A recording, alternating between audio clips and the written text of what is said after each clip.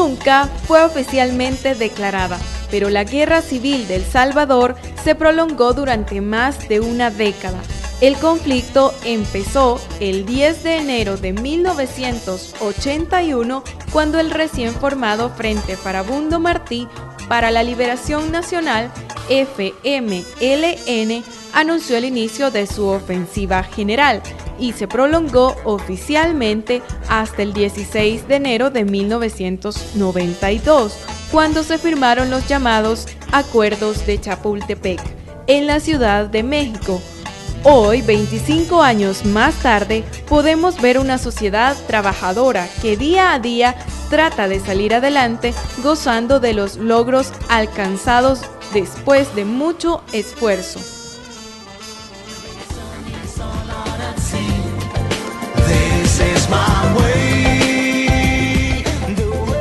Inevitable no hablar de ese tema en un día como hoy, y cómo no olvidar, yo era un adolescente y se firmó pues esa ansiada paz, que más bien fue un cese al fuego, y que bueno, ya podíamos transitar con tranquilidad sin tener miedo a una bomba, a un poste que caía de repente, a tantas cosas que se dieron. Pero bien, ¿cómo fomentar una cultura de paz en nuestra sociedad? Conmigo está el pastor Jaime Ramírez, él es abogado, y le agradezco mucho que esté conmigo esta tarde.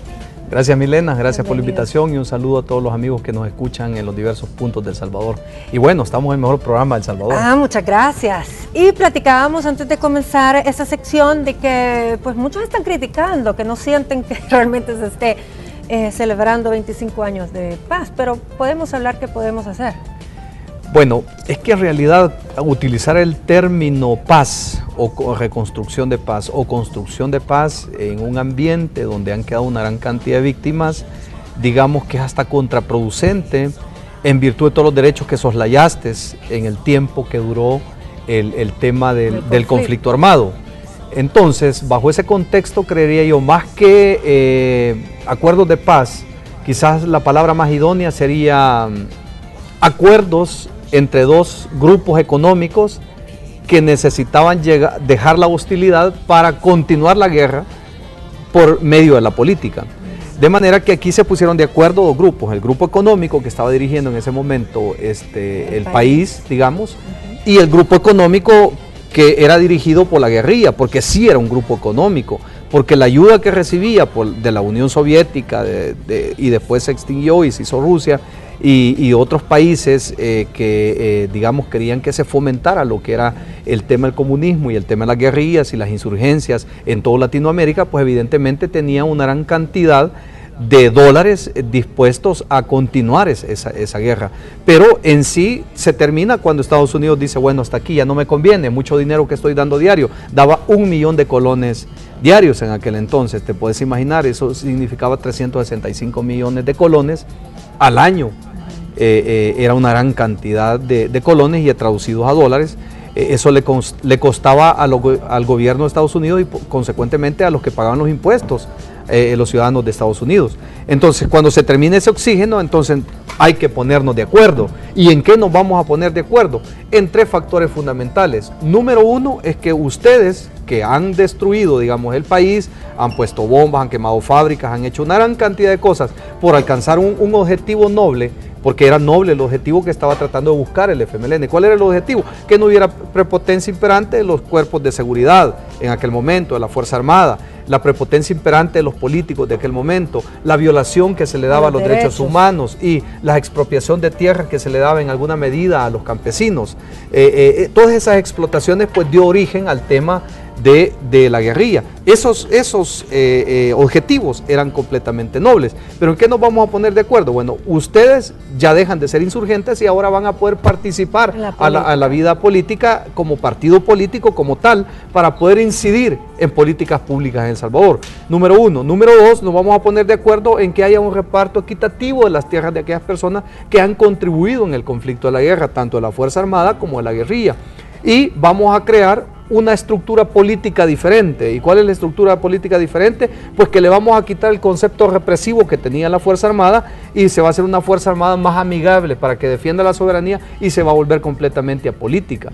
Y luego cambiamos el sistema económico, pero aquí está la trampa. Sistema económico. Pero además de esto, una cosa importante. para que no haya persecución política ni de parte de la Fuerza Armada, ni tampoco la guerrilla, creemos una ley. Y esta ley se llamó la Ley de Amnistía. Y con esto le soslayaste los derechos a miles y miles y miles de salvadoreños que hoy siguen clamando justicia. Ahora, ¿querés construir la paz hoy en el siglo XXI? Pues evidentemente tenemos que coser los tejidos sociales debilitados que quedaron en aquel momento, tratar de alcanzar y darle justicia a las personas que fueron violentados sus derechos en el tiempo de la guerra, tanto por el ejército como por la guerrilla, perdonar esa parte, saber quiénes fueron los que cometieron esos delitos, porque eso creo que ayudaría muchísimo a las víctimas, a sanar las heridas, reconciliar, pedir perdón públicamente, tanto de la guerrilla como del ejército, y comenzar a construir. ¿Por qué no se ha hecho? Exactamente, lo único que vimos fue a un presidente Funes hace, no sé, 3 años. Poco más, 3, 4 años, hablando por el ejército, pero por la guerrilla no ha habido nadie que pida perdón a las víctimas, porque no solo el ejército cometió cosas atroces en el tiempo de la guerra, sino también la guerrilla. Entonces, ¿usted cree que eso es lo que nos ha costado para crear una cultura de paz? Sí, pero más que esto, Milena, es el tema que con la misma mente que se construyó, digamos, entre comillas, los acuerdos de paz, es la misma mente que está ahora gobernándonos después de 25 años. ¿Y cómo querés reconciliar el país si son las mismas mentes? No se puede. No ha habido un relevo. No hay un relevo generacional político. De la derecha sí. Más o menos. Porque ahí tenés al diputado Vargas. Sí. Ahí tenés a muchos personeros de Arena que son diputados y que estuvieron inmiscuidos en el tema de la paz. Y por el FMLN, pues casi, digamos, un 80% de las personas. Ahora, ¿cómo vas a construir la paz? Una pregunta que es importante que debemos de hacernos los salvadoreños es, ¿dónde están aquellos que construyeron la paz? En teoría. ¿Cómo viven? ¿Y cómo viven los que verdaderamente lucharon por ese objetivo? Esa es la primera pregunta que debemos de hacernos. Y si estos verdaderamente lucharon por la paz, entonces tenían que luchar por una distribución equitativa de esos ingresos. Pero la oportunidad solo la tienen única y exclusivamente aquellos que firmaron la paz. Pero los que lucharon, esos siguen siendo excluidos. Siguen pidiendo por ahí marchando. Exactamente, esos siguen siendo las grandes deudas de la paz, porque a ellos no solo les soslayaste los derechos, sino que le prometiste cosas en el momento que firmaste la paz, que hasta este día no han sido cumplidos. Hay gente que no tiene un techo, que peleó en la guerra, tanto por el ejército como por la guerrilla. Le prometieron tierras, no se las han dado todavía. Les prometieron una pensión y no se las han dado todavía. Entonces, estas son las grandes deudas, sin contar las víctimas, que por cierto, hasta este día hay muchos que están desaparecidos desde la guerra que no han sido encontrados. Entonces, no puedes construir la paz en base a esa sangre. Por eso digo, es importante la reconciliación. El perdón no puede devenir si no sabes a quién vas a perdonar. Claro. Ahora, cuando estamos hablando de la cultura de paz que se quiere ahora fomentar, porque ese es el tema de esta tarde, fomentar. Las nuevas generaciones, si bien tienen corta la memoria, es decir, no se acuerdan muy bien de lo que ha pasado. Y hoy es otra realidad la que se vive, es otro tipo de paz la que se necesita, paz social. Exacto. Entonces, concluimos con este punto para poder llegar a la paz social o crear una cultura de paz. Primero tenés que coser el tejido social debilitado. ¿Y cuáles fueron? Las personas que fueron excluidas y que hasta este día no se les ha dado una respuesta. Resolver eso. Resolver eso. En primera instancia se tiene que resolver eso. Y no ignorar esas masas que trabajaron por un ideal noble. Ideal noble que llegando el FMLN al poder se creyó que iba a estar con estas grandes minorías que lucharon. No obstante, después de 7 años en el poder, vemos que no. ¿Quiénes son los que se han enriquecido? Tanto de la derecha como de la izquierda. Analicémoslo, solo es un grupito nada más que son ahora millonarios, que ya no viven como vivían antes. O sea que se les olvidó la tortilla tostada y el queso que se comían en el monte. Ahora ya son banquetes, son buffet. Ya ahora es un seguro médico hospitalario que ya no es posible pasar consulta en el seguro social. Ya uno de los miembros del FMLN, diputada, lo dijo.